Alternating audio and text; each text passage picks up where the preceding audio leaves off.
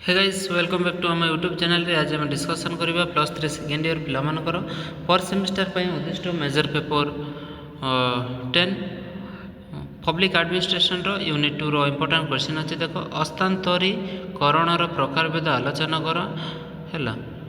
तो उत्तर आम कौन लिखा संगठन एक सार्वजनिक नीति भाव में क्षमता और दायित्वर हस्तांतरीकरण और मुख्य स्थान अधिकार करिछि। हस्तांतरीकरण माध्यम संगठन दक्षता और मितव्ययिता रक्षा करा जाय थाए। कौन से उच्च पदस्थ कर्मचारी केवे भी समस्त कार्य एकाकी संपन्न करें ना। एथिपाई से तार निम्नस्थ कर्मचारी मान क्षमता हस्तांतर करने को एक प्रकार बाध्य अटे।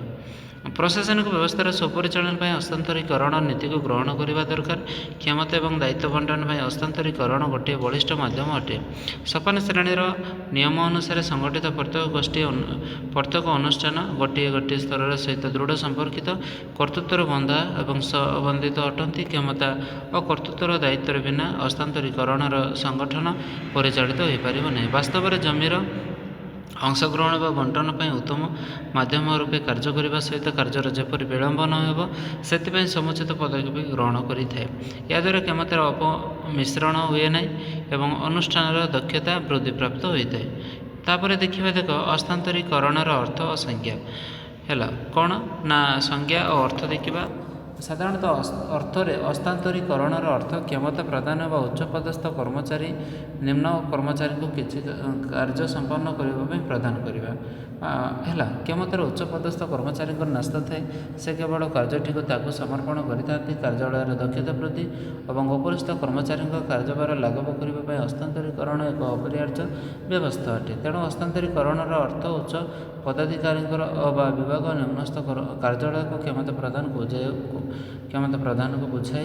हस्तांतरण क्षमता निर्दिष्ट तथा निर्धारित एवं आवश्यक प्रत्येक समय कर्तृत्व अधिकारी तार निम्न कर्मचारी क्षमता हस्तांतर करते। तेणु सरल अर्थ कहले हस्तांतरीकरण अर्थ केवल किसी अंश समर्पण कर निम्न कर्मचारी उच्च कर्मचारी पाखे उत्तरदायित्व रहा दरकार।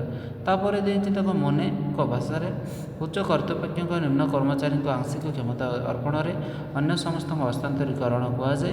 नियंत्रण तदारखर परिसर समय से कार्यकारी कर्मचारी कार्य कर निजर दक्षता प्रतिपादन करते। तापर देख टेरी कहते गोटे कार्यपालिका ठारू वा सांगठनिक विभाग ठारू अन्य एक विभाग क्षमता हस्तांतरण करने प्रक्रिया को हस्तांतरीकरण कहुए। से पुणी कहते समांतराल व्यक्ति मध्य एक क्षमता हस्तांतर करा जाय परिबो।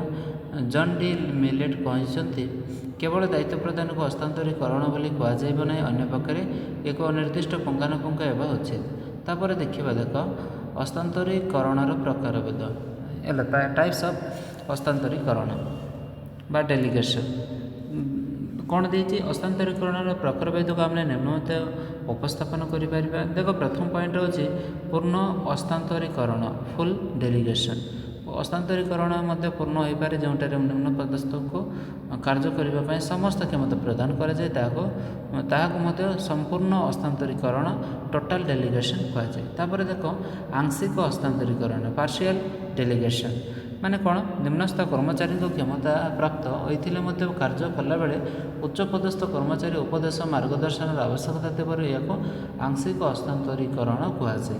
तापर देख चुक्तिभित्तिक हस्तांतरीकरण कंडीशनल डेलीगेशन कौन ना निम्नस्थ कर्मचारी कार्य जितेबाला उच्च पदाधिकारी द्वारा स्थिर करते पुनः अध्ययन कराए ताको चुक्तिभित्तिक हस्तांतर कहुए। तापर 4 नंबर पॉइंट देखी देख अणचुक्तिभित्तिक हस्तांतरीकरण कौन अनकंडीशनल डेलीगेशन कौन देचे अधीनस्थ कर्मचारी मुक्त भाव में निजर कार्य संपन्न कर सौभाग्य प्राप्त होते अणचुक्तिभित्तिक हस्तांतरीकरण कहुए।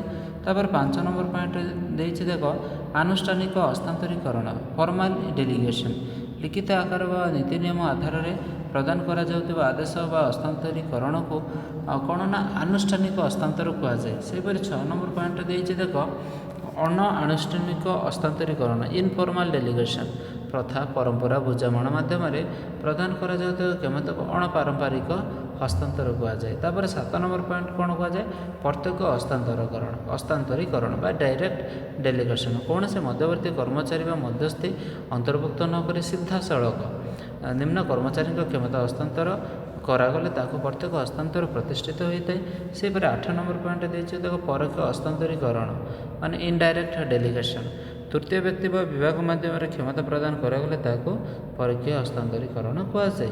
ଏ ସମସ୍ତ ପ୍ରକାର ହସ୍ତାନ୍ତରୀକରଣ ଦ୍ୱାରା ଉଚ୍ଚପଦସ୍ଥ କର୍ମଚାରୀମାନେ ଅଧୀନସ୍ଥମାନଙ୍କ ଦ୍ୱାରା ଅନେକ କାର୍ଯ୍ୟ ସମାହିତ କରିପାରନ୍ତି। ସଂଗଠନର ଆବଶ୍ୟକତା ଏବଂ କାର୍ଯ୍ୟଗୁଡ଼ିକର ସୁପରିଚାଳନା ପାଇଁ ସେମାନେ ଏକ ପ୍ରକାର କାର୍ଯ୍ୟ କରିବାକୁ ବାଧ୍ୟ ଅଟନ୍ତି।